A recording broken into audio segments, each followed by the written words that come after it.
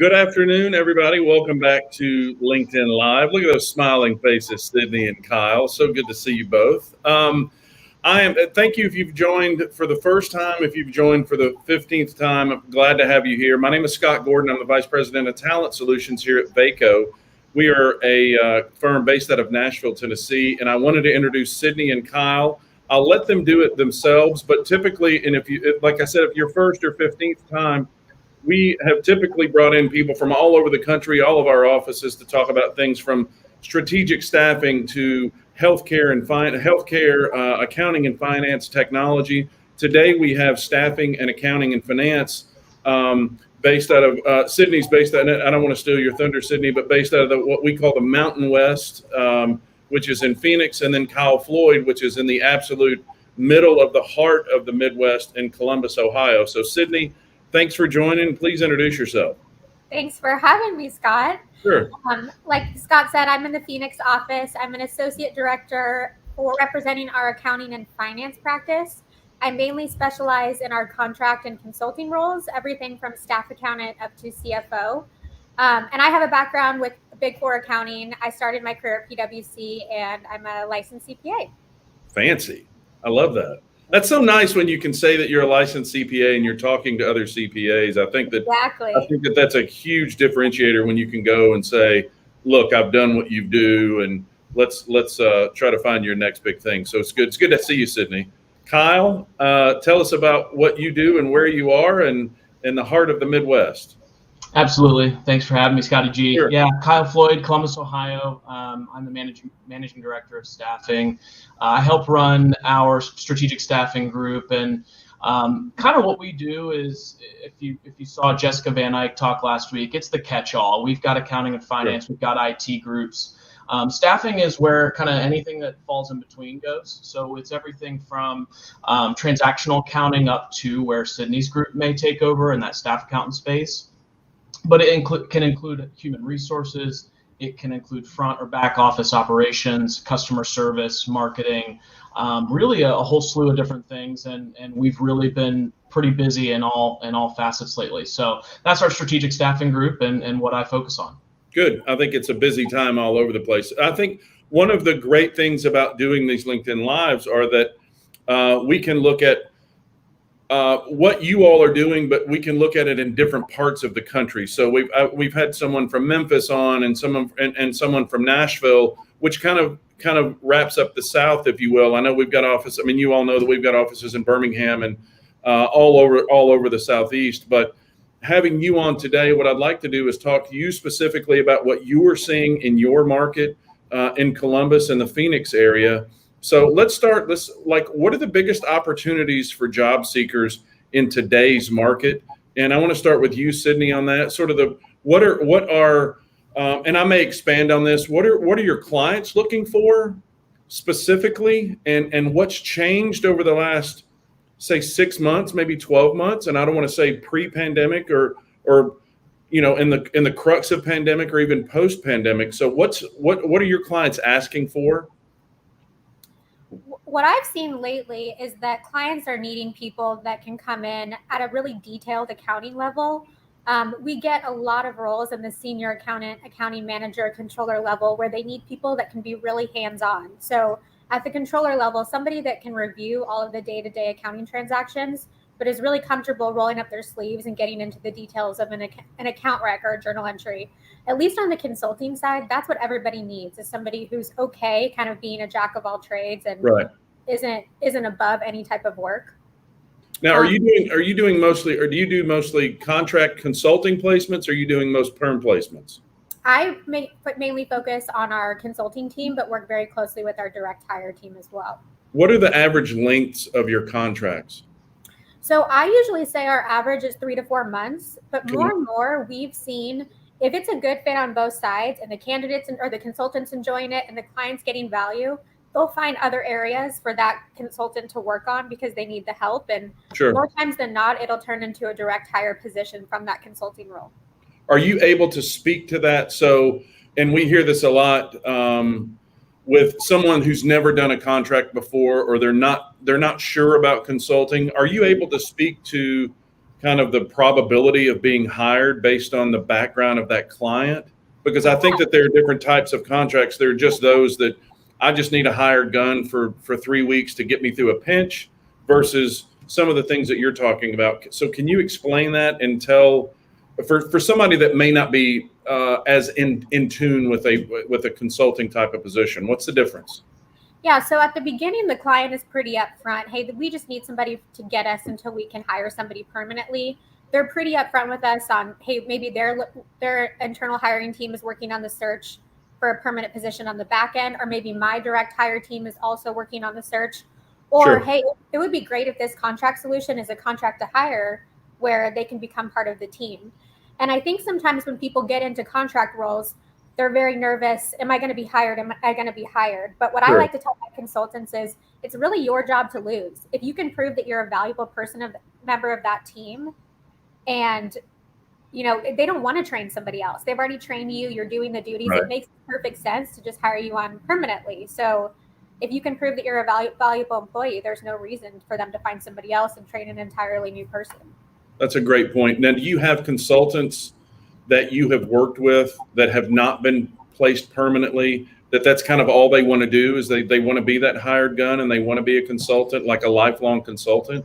Do you have people like that? Yes. Our best consultants are the ones that have had really lucrative careers. And typically my accounting and finance people know you're not working 40 hours a week. You're working 50, 60, sometimes 80 during the busy times. Sure. So a lot of our consultants love working with us because you're rarely going to work more than 40. If you do, you're going to be compensated time and a half. And that was my next question is, right. What if I have to work 60 hours in a week? Do I get paid for that? Exactly. So it's really rare to find an accounting and finance job that's only 40 hours a week. I would say probably if we looked at our direct hire roles right now, not one of them would say 40 hours a week or less. It's just not a thing. Understood. So that's the best part of consulting is that flexibility and being able to take the time off when you want to. Yeah, that's good information. Thank you, Sydney. Kyle, Columbus, Ohio, what are the biggest opportunities from your clients? What are people asking for the most? Everything. It's nuts right now in Columbus. I named a few in particular here, and I know Sydney touched on a lot of the detailed accounting work.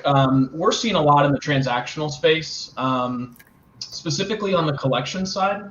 I think with the times that we all saw last year, cash flow became even more important. And over the course of the last 12 to 18 months, we saw an uptick in need for collectors to start coming in and bringing in the cash. So that was a big one. What does a collector do? Coming from someone who's spent my entire career in technology, tell me what a collector does. So when you're so you have clients that are looking for these collectors, what kind of background does someone have that you look for to be able to take into this role? Yeah, customer service is huge. In fact, collections can almost be an account manager or sales role. They're very much still the face of the company. So, and a lot of people love that about collections. The people that I've spoken to are most passionate about it, love the client interaction. But it's a very strategic role because you have to know when to push and when not to. You can't push a client until they'll break and not want to work with you anymore. But you also have to be strategic and come up with ideas and be a critical thinker to say, well, what if we do this and maybe we can try a plan and see if this works. And it also requires just a very strong comfortability with interaction and sometimes difficult conversations. So can you give me a couple of interview questions that you would ask someone that you're qualifying for one of these types of roles? Sure. If they have a collections background or not, I do want to know about a time that they've had to have a difficult conversation. Okay. And kind of how they go about that and what their focus is when they have to do that. Being in collections, you may have to be you're almost always the bearer of bad news. You're coming to collect the money. So that's the biggest one. I think the other one is just trying to figure out how do you stay organized? How do you, manage multiple priorities? You start a day, it may look one way. How do you kind of stay organized and stay on top of things that might change? Okay. I'm going to put you both. Thank you, Kyle. That helps a lot. I'm going to put you both on the spot. I didn't plan for this when we turn these cameras on, but I'm going to ask you these questions anyway. Sydney, if I had three people say I'm your recruiter, or I'm a candidate that fits in this box, what are the three skill sets for three different positions that you're looking to hire today? And can you give me an estimate on what those positions pay?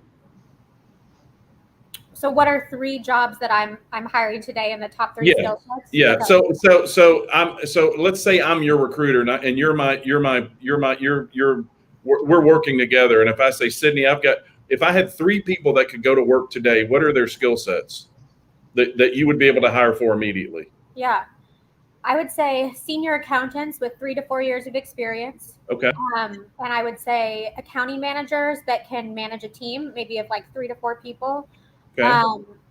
Controller level. Let's put accounting manager and controller level together. Okay. And then technical accountants. So people that Okay. have had public company experience that can adopt new accounting guidance.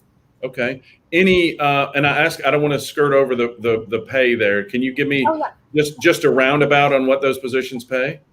Yeah. So it's going to depend on multiple factors, the size of the company. Sure. Are they public? Are they private? What does the rest of the team look like? So senior accountants, I'm seeing anything from 70K to up to 90K actually, which is crazy for senior accountants right now. Sure. Not unheard of at all though. Accounting manager, controller, I'd see anything from 90K for our smaller companies up to like 120, 130. Okay. Technical accounting, my experience is more on the contract side. Sure. For like a true technical accountant, CPA, ex-Big Four consultant, I see anything from 65 an hour up to like 120 an hour, depending on the market. Okay. Arizona kind of sits in the middle. Yeah, and that's why. And I wanted to get that to kind of explain some rates there. So, and Kyle, I'm coming to you next. But Sydney, what are the I guess three biggest industries where you are? What's the hotbed of activity? Like Kyle, I know yours. I don't want to steal your thunder, but Sydney, what are the top three kind of biggest hirers in industry in the Phoenix area? So Phoenix notoriously does not specialize in one area like Texas does oil and gas or, tech in California. But I would say the biggest ones we have right now are manufacturing. A lot of manufacturing companies are moving to like the outskirts of Phoenix area. So that's a big one. A lot of real estate and property management. Right. And then technology and software. Okay, great. That's great information. Kyle, you're up. If I had three people that could go to work today, what skill sets would you be able to hire for immediately? And give me some rates, some pay ranges, just sort of a gray area there. And then let's talk about who hires the most. What's the big industries in Columbus? Absolutely. Yeah, the first three, number one, it should come as no surprise right now. We're hiring for a ton of recruiters. Clients all over the place are looking for recruiting help. So that can vary. I would be amiss if I didn't say so are we. You beat me to it. I was going to make a shameless plug about it. Yeah, good. But yeah, if there was ever a time to try your hand at recruiting, it's now. And experienced recruiters as well, always being sought after. Depends on the type of recruiting role, but the range of pay varies between, I would say 20 an hour up to 40 an hour. So it really depends. Okay. We're hiring for maybe field operations recruiters in one area of town, but maybe an IT recruiter where it's a more specialized skill set. So what's field operations recruiting? Yeah, for sure. We think of you think of maybe like large name brands of lawn care services or auto glass replacement. Those are some areas where you see hiring across the country for hourly positions, and those field operations recruiters are the ones that are able to deliver that. Gotcha. Secondly, we are seeing a lot of hiring in customer operations here in Columbus, and specifically in some industries, which I'll touch on here soon. But those positions are essentially customer service roles, but we kind of like to view them, and a lot of what we're seeing is sort of anti-call center. They're much more white glove. These are not the typical credit card call center high volume kind of roles. These are more hands-on, customer interaction, consultative customer service roles. We're hiring for a ton of those in Columbus right now, and those come in to be, because of how entry level they are, you don't have to really have any background to fit this, as long as you have the customer service skills and the want to help. Those are coming in at 18 to 20 an hour. And lastly is the space I mentioned earlier, transactional accounting, AP and AR, accounts payable and accounts receivable. Yeah. Bringing cash in and making sure to pay the bills to keep the lights on. Those are the big ones. So, Sure. And a huge talent shortage in that space right now, along with a lot of the senior level stuff Sydney's working on out in Phoenix. So those roles vary as well. I've seen a huge increase in pay rate lately, and I know we talked about where the opportunities lie for candidates. Accounting and finance, those candidates have more leverage these days. Pay rates are going up. I just saw a conversation I had with a candidate just 2 years ago, and what they were targeting and how happy they were with that. Right. It's outdated already. So yeah, we're sure. 45K to 50K on an annual basis for good, strong AP and AR talent these days. Okay. Good. What are the key industries in Columbus? Yeah, well, Columbus is a hotbed for retail. It's home to a lot of the biggest name brands in retail. So that's one area. Technology, it's becoming a hub for technology. There's a lot of really brilliant organizations that are based here in Columbus that are hiring in tech, not just for tech positions, because their headquarters are here. They're hiring for recruiters. They're hiring for marketing. They're hiring for customer operations. Okay. And lastly, I would say is financial services is an area where we're seeing a lot. Sometimes it's fintech, so I guess it can kind of cross over. But a lot of financial services here in the area, and those three are just booming here in Columbus. Yeah, good. Thank you guys for that. We're getting some questions coming in, and I wanted to offer this up, and I didn't do this in the beginning. There's a chat window where you can, and I apologize, we may not get to all of the questions today, but I am getting some questions coming in. Do you have any advice, or do you prefer candidates with more experience or more certifications? I'll let either one of you jump in. I know the answer, I think, but what do you guys think about that? I tend to it really depends. I know that's not the what this question is asking for, but more often than not, experience is what clients are looking for. I would say, especially if we're talking contract work, right? Where someone wants to bring someone in and wants to see, someone jump in and make a difference right away.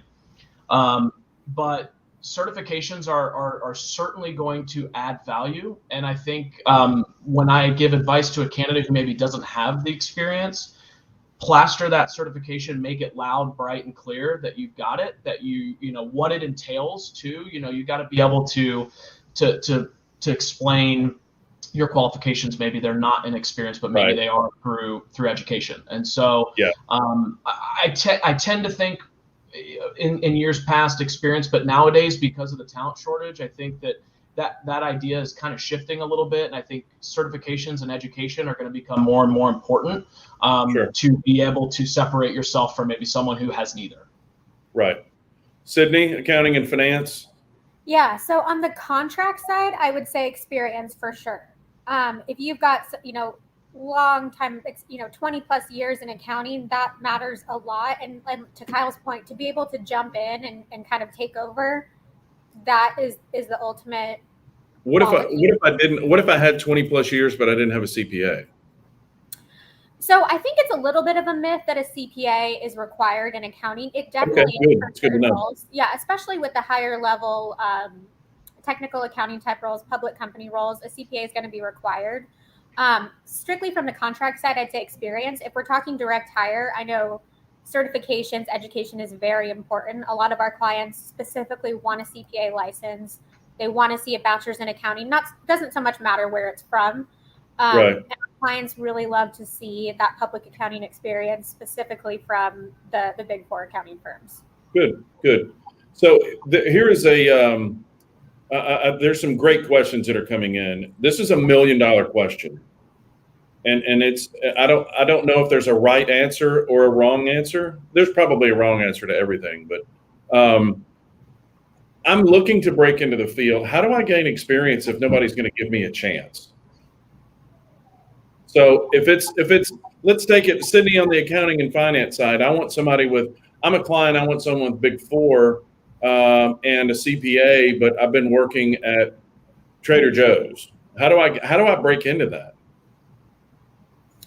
I think there's definitely, so if you're wanting to break into accounting, I think you have to have the degree, especially maybe not so much for staffing, but for our staff accountant roles and up, having a degree Sure. is what's going to get you in there. We work on roles all the time that are looking for somebody who's right out of school that they can teach and mold and want them to grow with the company. Yeah. So I think it's definitely possible, but having that background in education will get you there. Yeah. My level. Kyle? Thank you, Sydney. Yeah, and I'm gonna, because everything's situational, I'm gonna kind of contradict a little bit of what I said earlier. I think that I'm educating a lot of my clients these days that are looking to hire contract talent, that sometimes it's not available with experience. And so what I'm saying to these, to my clients and my hiring managers is, bring someone in. If you've got the bandwidth, train them up. And oftentimes a contract opportunity, while it may not be the career move, at the end of the day, it's a great way to lower the competition, let's say, for an opportunity. To get your foot in the door with a company. You got to start somewhere, and it may be an entry-level role. But I also will tell candidates too that there's other ways of getting your foot in the door in those spaces, and sometimes it does mean kind of taking a step another direction. Sure. If someone's looking to get into human resources, sometimes you have to start in an administrative role, something that's very basic, very entry level. So I think that leverage what you can and get in, and the power of networking and being connected with people once you're somewhere that offers those opportunities. That's the way to kind of build your brand and build your resume to get you those doors that can all of a sudden open to your experience. Good. Thank you. There's a couple more questions. I want to answer this one myself. And coming out of technology, it happens all of the time. It says, do you have any advice for applicants applying from overseas? We get applicants from all over the world. Now, if you're not in the United States, obviously, it's extremely competitive. But if you are looking to come to the United States, whoever you speak with, if it's a recruiter or a company, explaining to them, if you're coming to the United States, why you plan on coming to the United States. I myself would love to work in the south of France or somewhere in the Mediterranean, but it's kind of difficult for me to have that conversation because they would say, do you plan on moving to the south of France? And I would say, of course, if you pay me, I'll move to the south of France. Not many companies are offering those types of options now, but it's definitely showing some forethought versus just applying and saying, hey, I live in Greece and I want to move to Columbus, Ohio. Think about it before you, and because your recruiter's going to have some questions to say, what do you know about Columbus? Why are you moving to Columbus? What's drawing you to the market? So there's that there. And then that folds into another question. When we talk about remote work, and I know that our clients are asking, that we've got some clients that are saying, no, the candidates must be, our employees must be on site 100% of the time or 50% of the time. Sydney and Kyle, what are you all seeing from your clients as far as requirements for being on site and, our hybrid model or 100% remote? And then what are you hearing from, if there are any other potential clients or current clients listening, what are you hearing from the candidate side? Because I hear a lot of the times, I'm not going in, there's a new Delta variant, all this other stuff. So tell me, let's talk a little bit about what are you seeing from the client as well as the consultant, the potential consultant? I would say the vast majority of our clients want a hybrid scenario.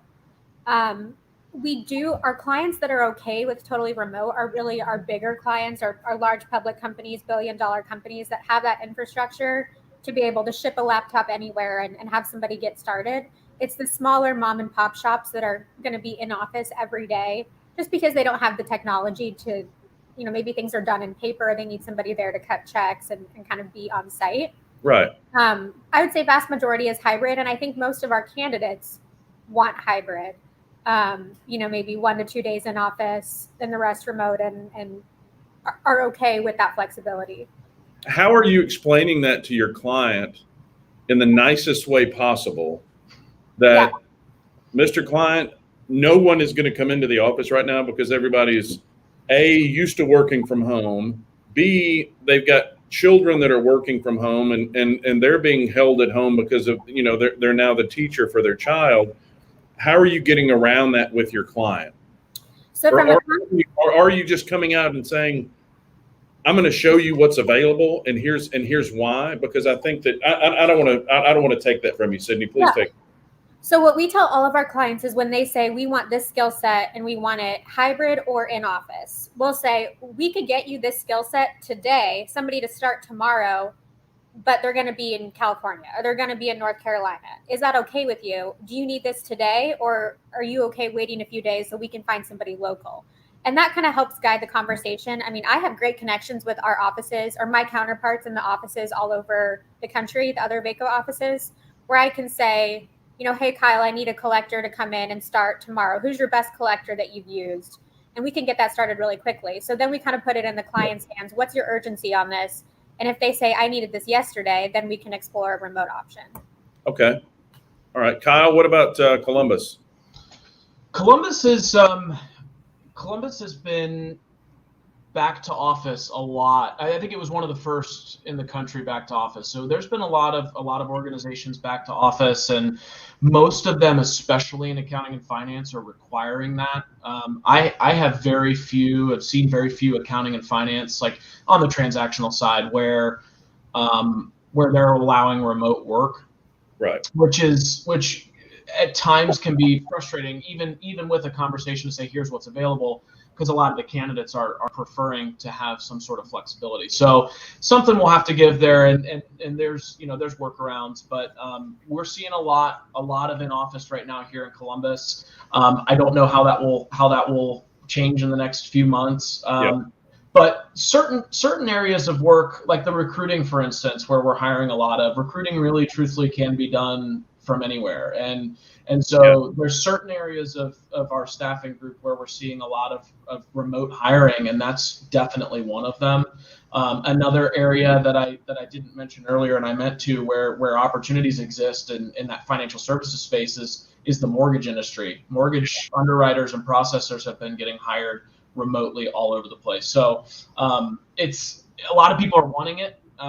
It's not always available in Columbus, but I think that's going to change here pretty soon.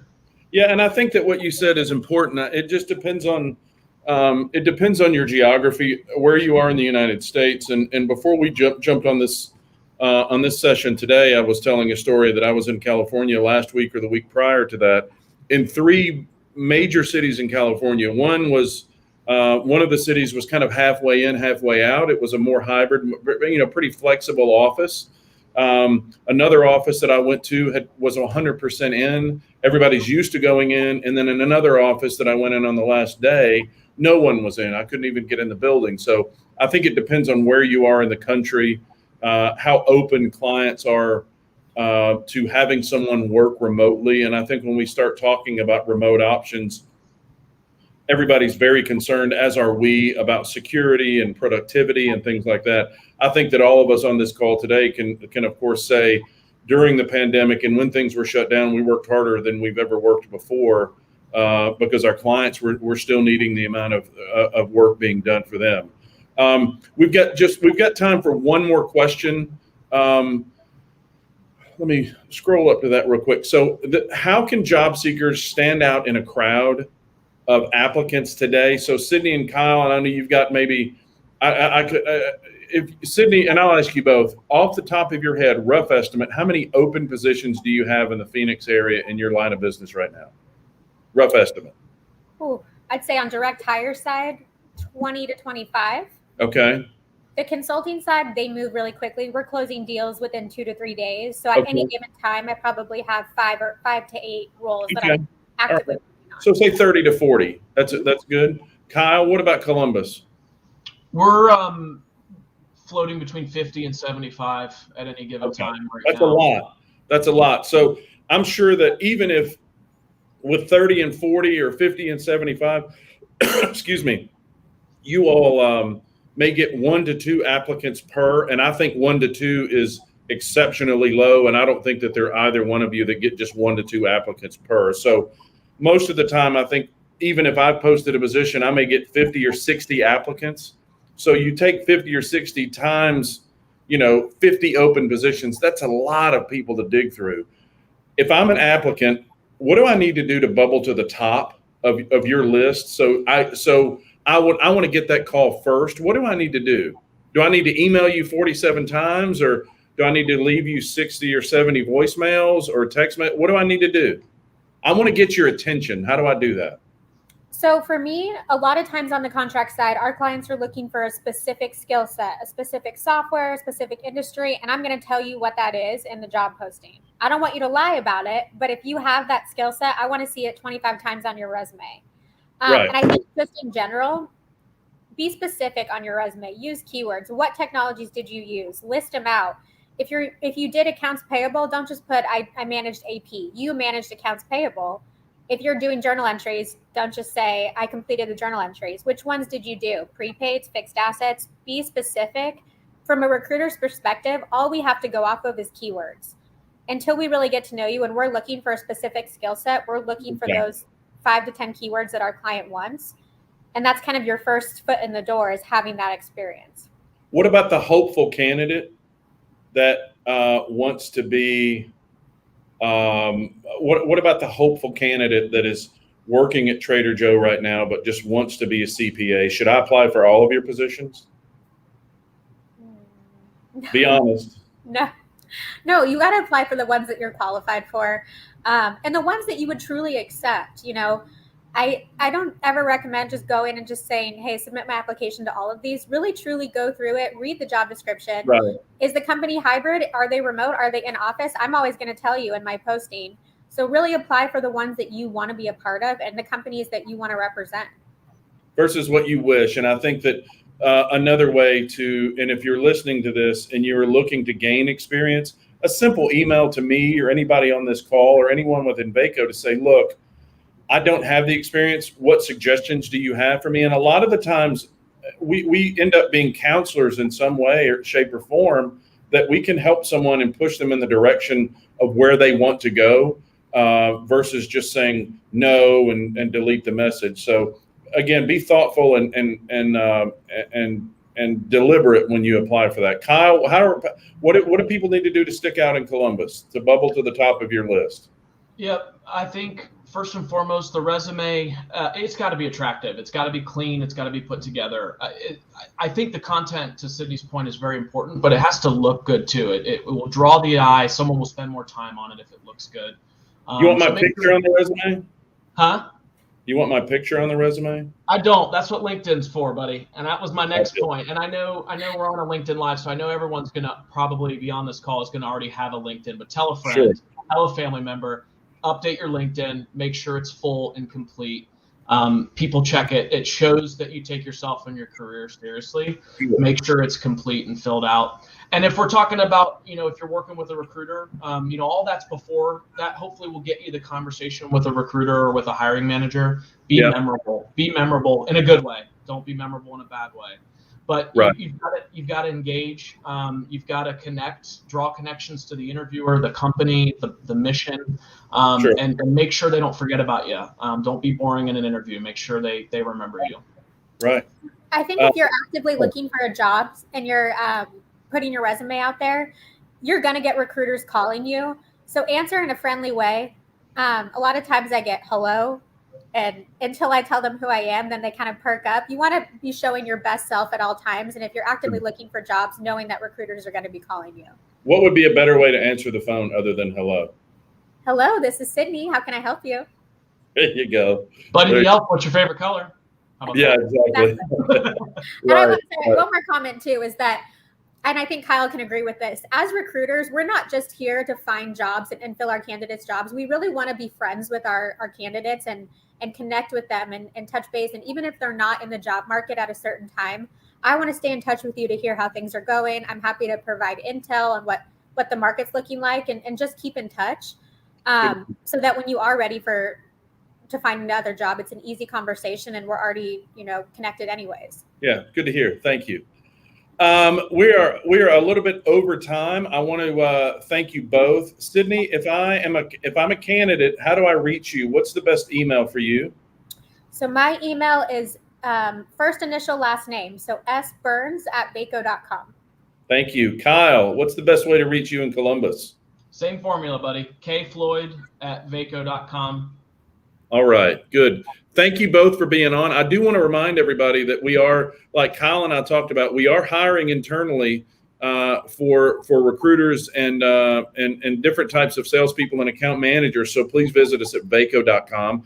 The next episode of Hot Job Summer will be on Thursday, August the 19th at 10 Central with Devin Brown. Devin is the Director of Client Services for our technology division in San Antonio, Texas. So we're going to kind of stay in the heat with Sydney in that sort of Mountain West, but we're going big Texas style on our next call. So thanks everybody for joining in. Thanks for all the questions. Hopefully I got to most of them today, but I want to thank you all again, and I will see you all on the next one.